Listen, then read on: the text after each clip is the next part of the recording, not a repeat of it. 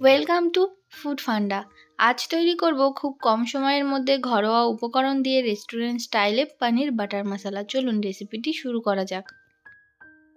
তার জন্য সবার প্রথমে আমি এখানে নিয়ে নিয়েছি 200 গ্রাম পনির। এবার পনিরগুলিকে একটি ছুরির সাহায্যে কিউব করে কেটে নেব।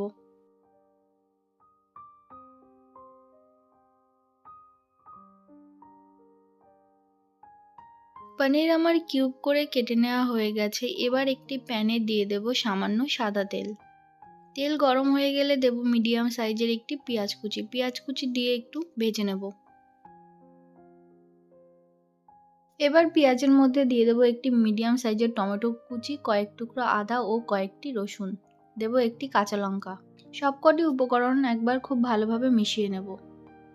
এবার এর মধ্যে দিয়ে দেবো 1 চামচ লবণ, দেবো কয়েকটি কাজু বাদাম, 1 চামচ চারমগজ দিয়ে খুব ভালোভাবে আরেকবার মিশিয়ে নেব।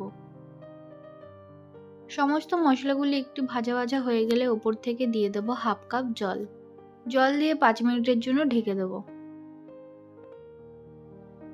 5 মিনিট পর ঢাকনা খুলে ওপর থেকে দিয়ে দেবো 1 চামচ কাশ্মীরি লঙ্কার গুঁড়ো।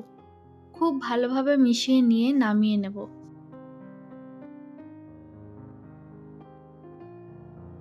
এবার নিয়ে নিয়েছি একটি মিক্সি জার, তার মধ্যে ভেজে রাখা মশলাটি নিয়ে খুব ভালোভাবে মিহি একটি পেস্ট তৈরি করে নেব।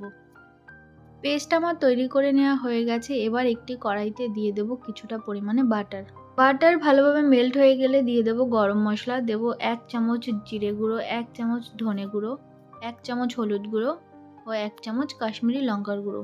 এই সবকটি উপকরণকে বাটারের সাথে খুব ভালোভাবে একবার মিশিয়ে নেব।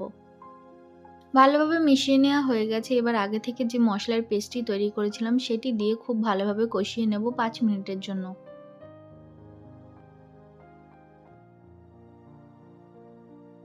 মশলা আমার খুব ভালোভাবে কষিয়ে নেওয়া হয়ে গেছে। এবার ওপর থেকে দিয়ে দেবো 1 চামচ কাসৌরি মেথি, দেবো হাফ চামচ গরম মশলার গুঁড়ো। এই দুটি উপকরণ দিয়ে আবারও খুব ভালোভাবে একবার মিশিয়ে নেব। মশলাটি কষিয়ে নেওয়ার সময় বারবার নাড়িয়ে নিতে হবে, যেহেতু পেস্টের মধ্যে কাজু বাদাম দেওয়া আছে তাই নিচে থেকে যেন লেগে না যায়। ভালো করে কষিয়ে নেওয়া হয়ে গেছে। এবার দিয়ে দেবো 1 কাপ জল দিয়ে খুব ভালোভাবে মিশিয়ে নেব।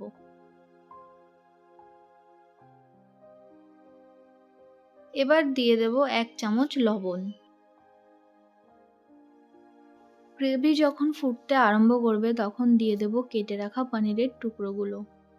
এবার খুব ভালোভাবে গ্রেভির সাথে পনিরের টুকরোগুলো মিশিয়ে নেব। তারপর চাপা দিয়ে রাখবো 5 মিনিটের জন্য। 5 মিনিট হয়ে গেছে। এবার ঢাকনা খুলে ওপর থেকে দিয়ে দেব 1 চামচ মধু। এবার ওপর থেকে ছড়িয়ে দেব 2 চামচ ফ্রেশ ক্রিম। দেব সামান্য বাটার, দেব সামান্য ধনেপাতা কুচি।